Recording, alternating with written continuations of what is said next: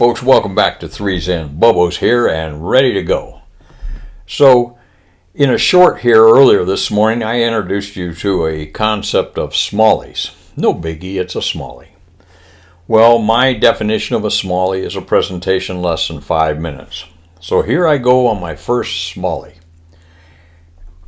When we would do our walk-arounds, we checked for everything on the airplane. And one of the things that we had was an index mark for the leading edge of the slab. Now, I never paid much more attention to it other than just to see that the leading edge was somewhere on that decal. But during one of my accident investigations, I got to talking about the slab with an engineer.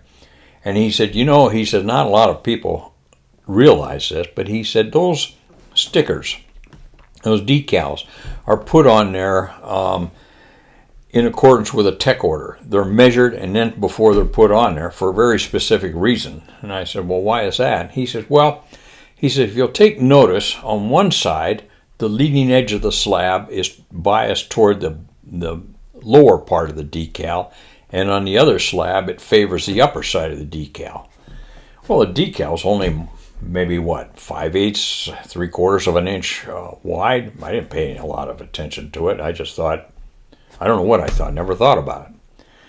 But the next time I went out, I hesitated there when I looked at the leading edge of the slab, and on the right side, by golly, it does favor the lower edge of that decal, and on the left side, it favored the upper edge.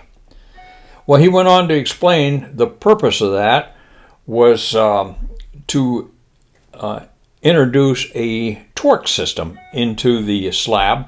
Once the engines were online, you had hydraulic pressure. And what that did, if you can imagine, I'm going to exaggerate this here, right slab here and left slab here, kind of like that before you get power on the aircraft. And once you start the engines and you get hydraulic power, they come up even. And that's way exaggerated. But the purpose of that was to torque the two slabs against each other to reduce the possibility of flutter in one slab or the other. And I thought that was just ingenious.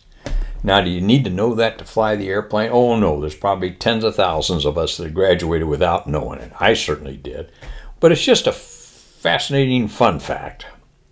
So I'll have a few more for you along this journey as I think of them. But be that as it may, this is Bobo Base Gear Stop.